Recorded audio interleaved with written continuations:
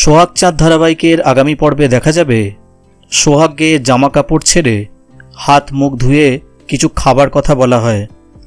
সোহাগ বলে, হ্যাঁ হ্যাঁ যাচ্ছি। এরপর সইমাকে সোহাগ বলে, সইমা আমি ও বাড়ি যাচ্ছি। এই কথা শুনে চাঁদ একবার সোহাগের দিকে তাকায়, আর সইমাও অবাক চোখে তাকায় সোহাগের দিকে। অন্যদিকে ঠাকুমা চরকিকে বলে, তুই কাগজের মধ্যে লেখ তুই রাতের বেলা বাবা আর মায়ের সাথে একসাথে ঘুমোবি। তখন চরকি বলে, ওরা শুনবে? তখন ঠাকুমা বলে, শুনতে বাধ্য।